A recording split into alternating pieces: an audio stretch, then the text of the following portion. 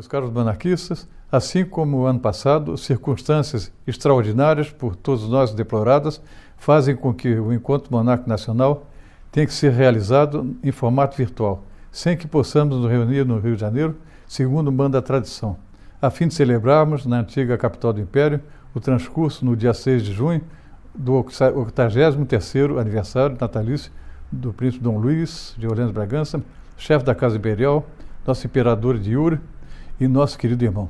Neste momento tão difícil para o nosso país, rogo a Deus, Nosso Senhor, por intermédio de Nossa Senhora da Saúde, que muito em breve possamos superar esse terrível flagelo causado pela pandemia do novo coronavírus. Em meu próprio nome, bem como em nome da princesa Dona Cristine, ofereço nossas orações e solidariedade àqueles que perderam seus entes queridos e também aos que vêm sofrendo, direta ou indiretamente, em razão dessa terrível calamidade que se abateu sobre todo o mundo.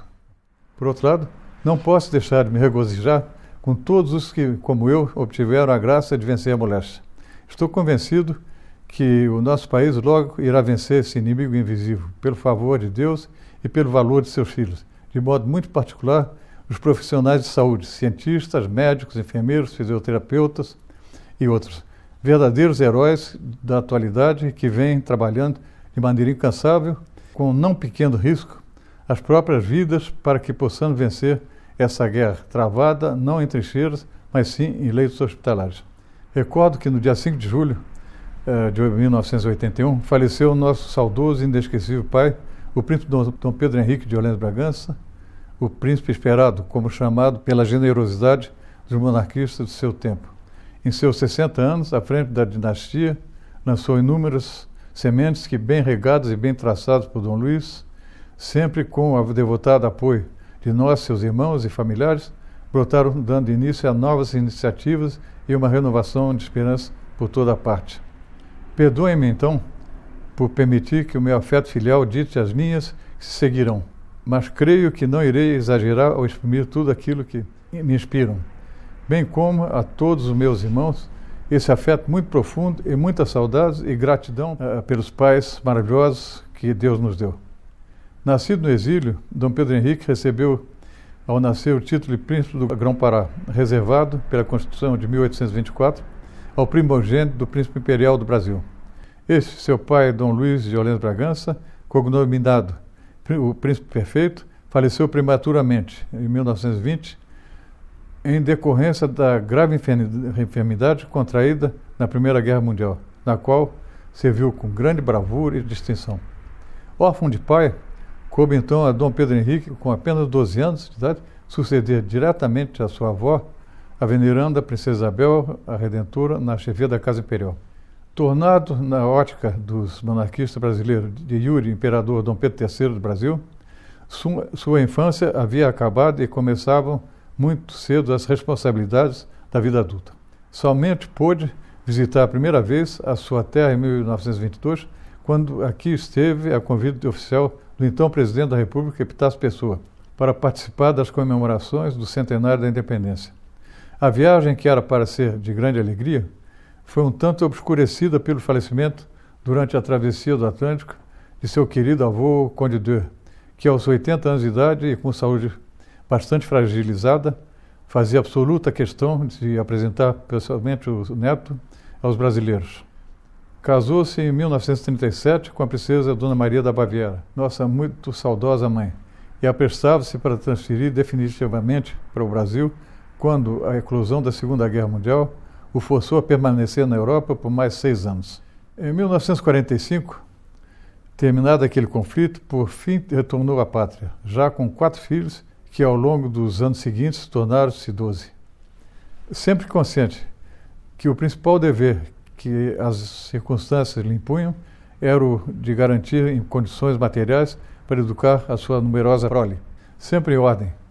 Ao serviço da pátria, nosso pai enfrentou grandes dificuldades econômicas, precisando despender muita energia e muito trabalho para superá-las, até que recebeu no Rio de Janeiro o legado de um benemérito empresário português, o que lhe permitiu comprar uma fazenda em Jacarezinho, no norte do Paraná, então a grande fronteira agrícola do Brasil, que apresentava grandes possibilidades de valorização.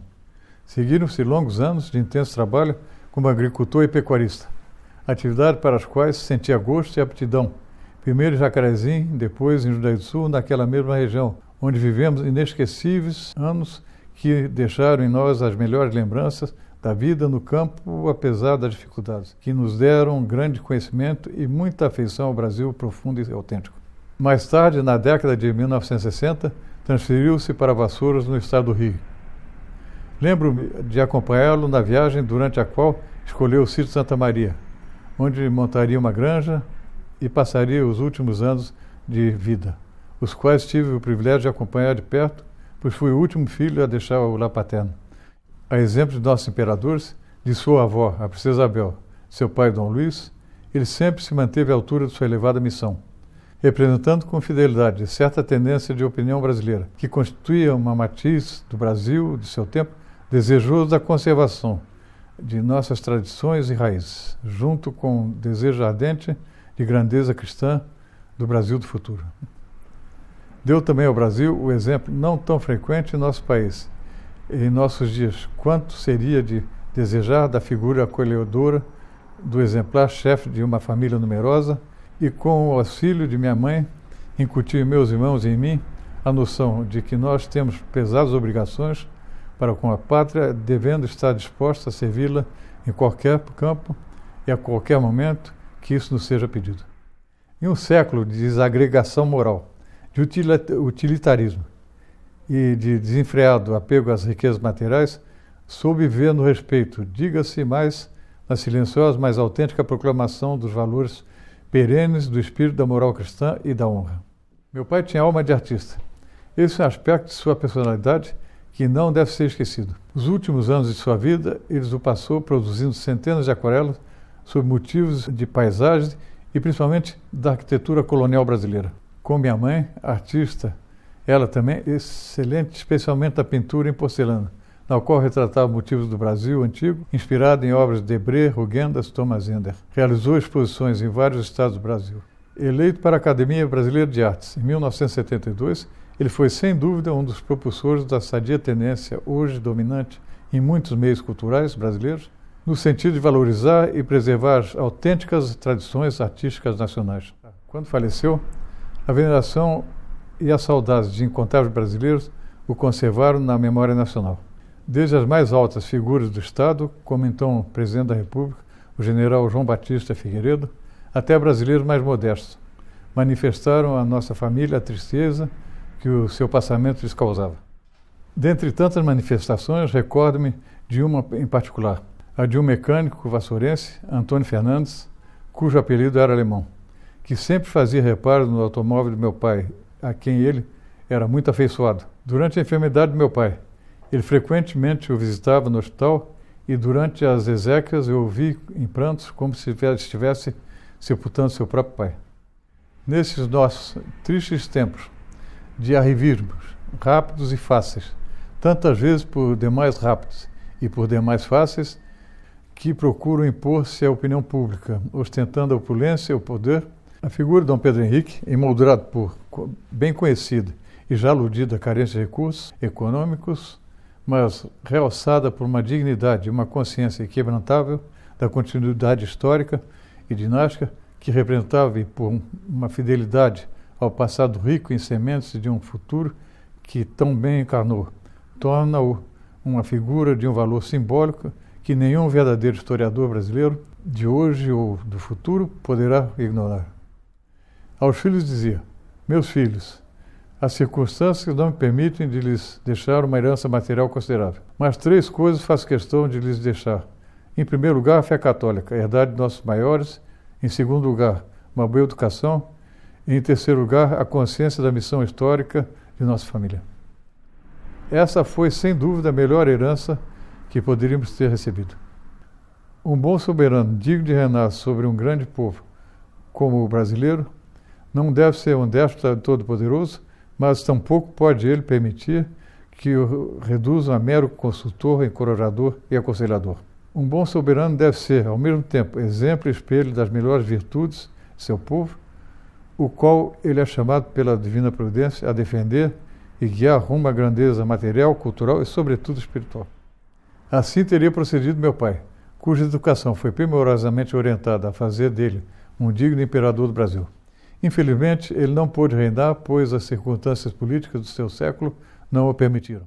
Contudo, Dom Luís, seguindo fielmente seu exemplo, representa hoje o princípio monárquico no Brasil, estando permanentemente à disposição de nossa pátria para desempenhar o papel que, por unânime consenso da nação, foi outrora atribuído à nossa estirpe.